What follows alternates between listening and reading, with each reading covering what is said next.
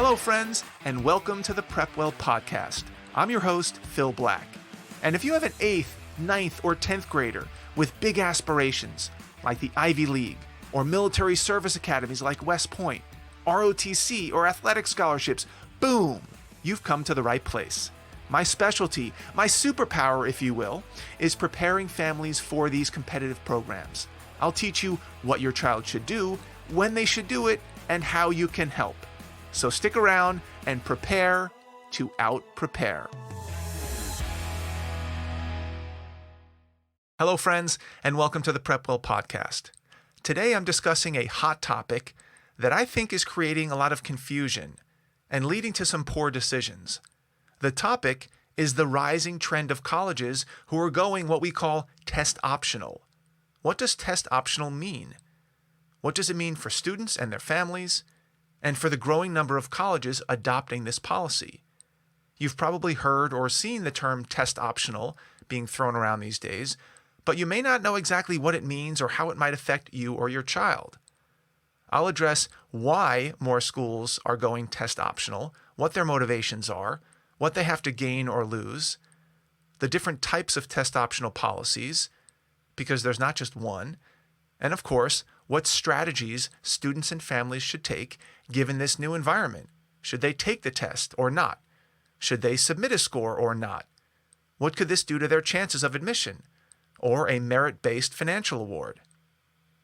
If you have a junior, that is the class of 2021, who has not yet taken an SAT or ACT, or one that they're proud of, who in any way, shape, or form is wondering whether or not to take an SAT or ACT in the coming months, please have them listen to this podcast. There should be no doubt in their mind what the right answer is. If there's an inkling of doubt, pull up a chair and listen in. Because it does not take a lot to persuade a teenager to not take a 3.5-hour standardized test. They get on board with that program real quick. And this could be a very costly mistake, not only when it comes to admissions, but when it comes to financial aid, especially merit-based financial aid awards. And if you as a parent hear the flashy headline that most schools are going test optional, at least for this year, you may get hoodwinked into thinking that not taking one of those tests is not a bad idea. It just takes one more thing off my child's plate, right? Why bother if it's now optional? Please resist this temptation. Do not be fooled. Or at least hear me out before making any rash decisions. Let's first start out with why more and more colleges are adopting test optional policies, at least for the class of 2021. It is important to note that some of these policies will be one-time policies that revert back next year. For one, there has been a growing trend toward test optional policies over the last few years, and I won't go into detail about why that's been the case right now. But the real catalyst for this massive shift recently has, of course, been COVID-19. There's been a significant disruption in the number of tests that have been administered. That is, many exams have been canceled. And the prospects for more tests in the coming months is a little fuzzy. So many colleges have gone test optional as a way to deal with this uncertainty. And we'll talk more about the incentives for colleges to do this a little bit later. And they're not great. Spoiler alert. Okay, what does test optional mean? Test optional means that an applicant is not required to submit an SAT or ACT score when they apply. For schools that are not test optional, the applicant must submit a test score or their application is not considered.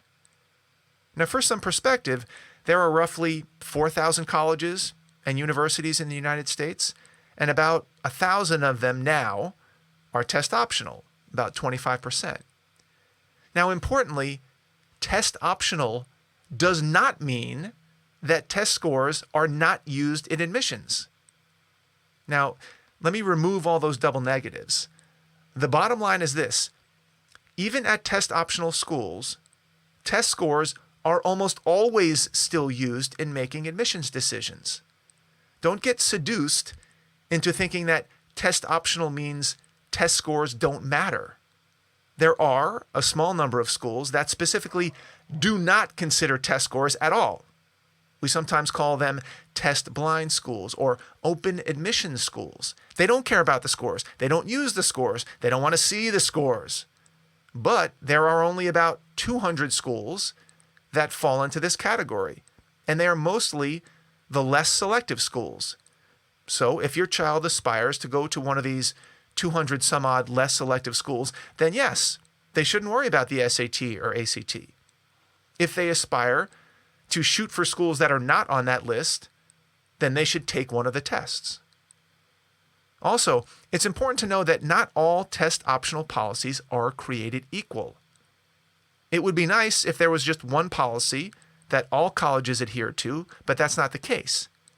Families need to read the fine print on how exactly each school on their target list handles their test optional policy. And perversely, that's hard to do, because if you don't have an SAT or an ACT score, how exactly are you putting together your target list of schools? Typically, an SAT or ACT score is one of the primary metrics used to put that target list of schools together. It's a chicken and egg thing. Here are some tidbits that you may not be familiar with. Some test optional schools will still require an SAT or ACT for instance, out-of-state schools, or for certain majors. Or if they don't require an SAT or ACT, they may require a substitute test. For example, an SAT subject test. So before you take the summer off and don't take an SAT or ACT because you assume that you'll apply to test optional schools that don't care about test scores, think again. Why is it so hard for colleges to adopt test optional policies without all of these stipulations? Well, because it turns out that for all their flaws, standardized tests are still very helpful in comparing students across the country using a common scoring metric. They want that data point. Now let's go over a few different versions of test optional policies that we will see in college today, and you'll see that they're not all the same. For instance, number one, some colleges only use test scores for placement and academic advising, but not for admissions. Number two, they require an SAT or ACT score only for out-of-state applicants. Number three, they consider SAT or ACT scores only if a minimum GPA or a class rank is not met. Number four, SAT or ACT tests are required for certain majors or honors programs. I talked about that a little while ago. This may surprise some students. Number five, if the applicant does not submit an SAT or ACT score, they must submit an AP test or an SAT subject test or an IB exam as a substitute. Number six, some schools, instead of using an SAT or ACT score, require students to take a placement test or a school-specific test. And number seven, some schools will only consider the verbal section of the SAT score and not the math section. So as you can see, with test optional policies, there is more than meets the eye. If you're a student and you're trying to convince yourself or your parents that skipping the SAT or ACT is a good idea, you should already have identified your target list of schools and cross-referenced each of their test optional policies and found that none of them have any of these stipulations that might work against you. If you've done all that research already and you're confident that you wouldn't consider applying to any other schools, then go ahead and skip the SAT or ACT. But the truth is, you haven't really done any of that homework and research yet, have you? I didn't think so. You know what would be a lot easier? Taking the SAT or ACT. Maybe this will convince you. At all test optional schools, 80% of the applicants still submit an SAT or ACT score. 80%, 80. Even at the less selective schools, 60% of the applicants still submit an SAT or an ACT score. So if you decide to not submit a score, understand that you will be in the minority by a long shot. Is that where you want to be? And according to CollegeVine, when comparing two students with nearly identical profiles, similar GPA, extracurriculars, type of school, demographic, rigor of their coursework, and the only difference was that one student submitted a test score and the other didn't, the outcomes were anything but identical. The student who did submit a test score had double the chance of being admitted and was awarded 4 times the amount of merit scholarship money. Okay, now I'd like to put my cynical hat on for a moment while I try to explain why a college would choose to adopt a test optional policy to begin with. If test scores are such a determining factor for both admissions and merit aid awards, why would colleges ever go test optional? Why would they intentionally make it harder on themselves to evaluate and compare students by allowing applicants to choose not to submit a test score? This seems strange, doesn't it? Here are a few reasons. Reason number 1, optics. Colleges get a PR bump when they go test optional because prospective students and their parents feel like the college is being more fair and more inclusive, and they're less focused on the numbers, and they're more interested in taking a holistic approach or a whole person approach to admissions. It almost feels like it's easier to get into a test optional school or less stressful, or that the expectations aren't as high. Well, we all know that in practice, that's a bunch of baloney. That's not what happens inside the walls of admissions offices.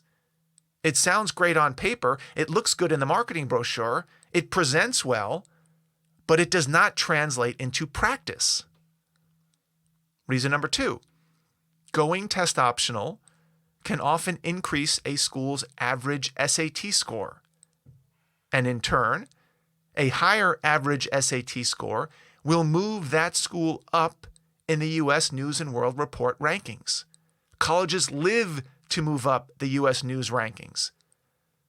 Why would the average SAT score go up in a test optional school, you ask? Well, applicants with hooks, whether they're athletes or children of big donors or underrepresented demographics, who don't have particularly strong SAT scores, will choose not to submit their scores. They'll still get admitted, but their potentially lower SAT scores will not be counted in the average. Only the students with the high SAT scores will choose to submit them, so the average goes up. Reason number 3, because test optional schools appear to be friendlier to applicants who don't necessarily have the best test scores, more students apply. More students convince themselves that if they don't have to submit an SAT or ACT score, that they have a better shot of getting in. Maybe they'll get lucky. Even though that's not true, it increases the number of applications. What does that do? Well, of course, schools get paid for every application. So more applications means more revenue. And if the school maintains their enrollment, but they get more applications, they start to look even more selective. Their admit rate might go from 20% to 16%. Getting more selective equals more prestigious. More prestige brings more money, and so the cycle continues. With all of this background, I hope you now have a better idea why there's an increasing trend toward adopting test optional policies, especially as colleges get more and more nervous about not hitting their enrollment numbers because of coronavirus, a down financial market, a depressed economy. Colleges need to hit their numbers to survive, and going test optional is one of the tools in their toolbox. Now, you might be wondering, are there any students who actually win in a test optional world? Yes, there are. Here are a few examples. Number 1, students with money will win in a test optional world because, especially now, colleges, particularly need-aware colleges, need students who can pay full tuition and room and board.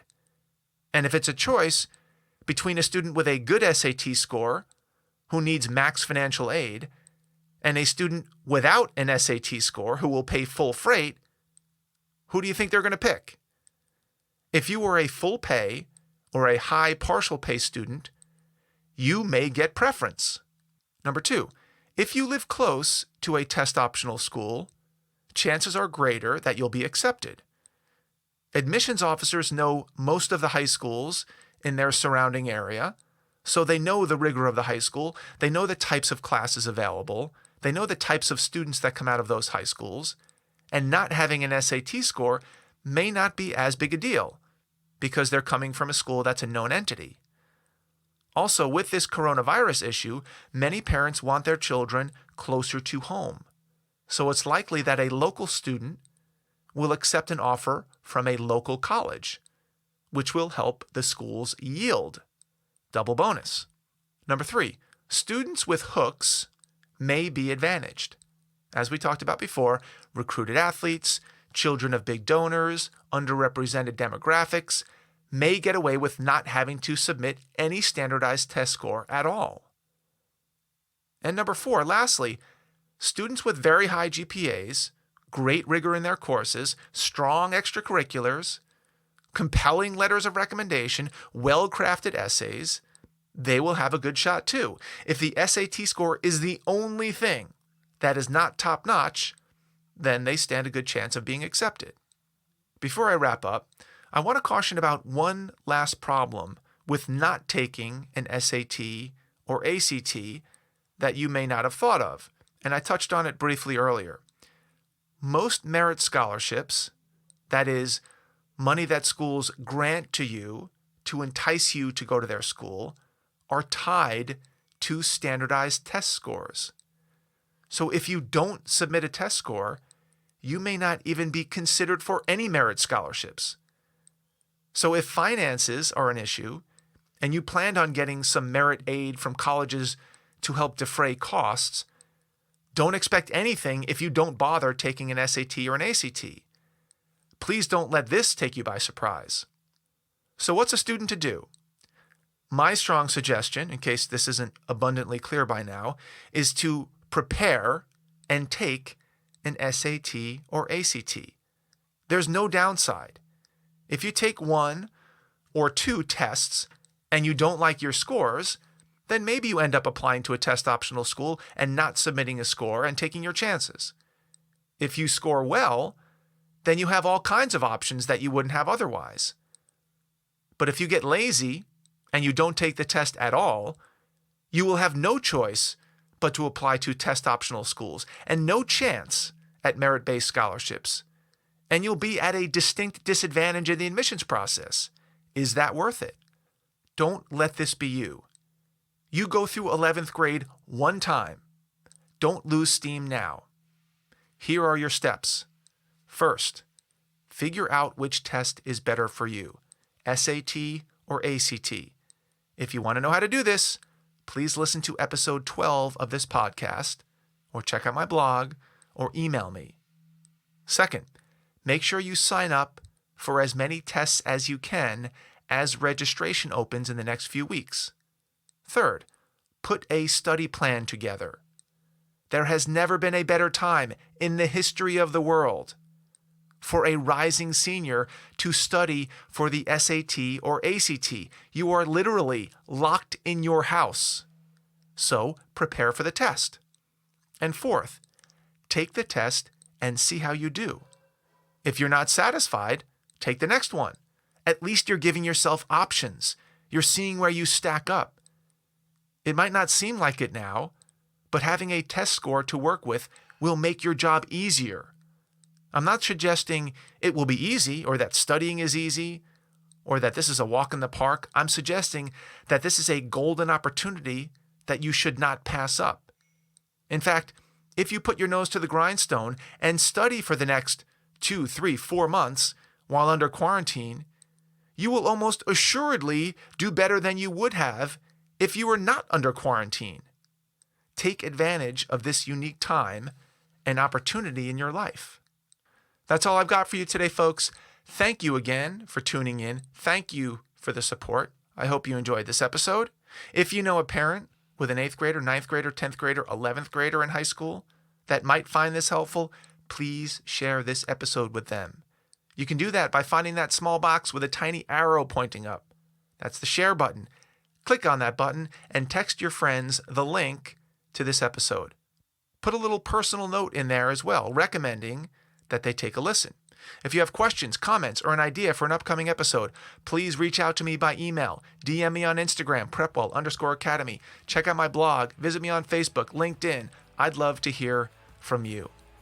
Until next week, goodbye, good luck, and never stop preparing.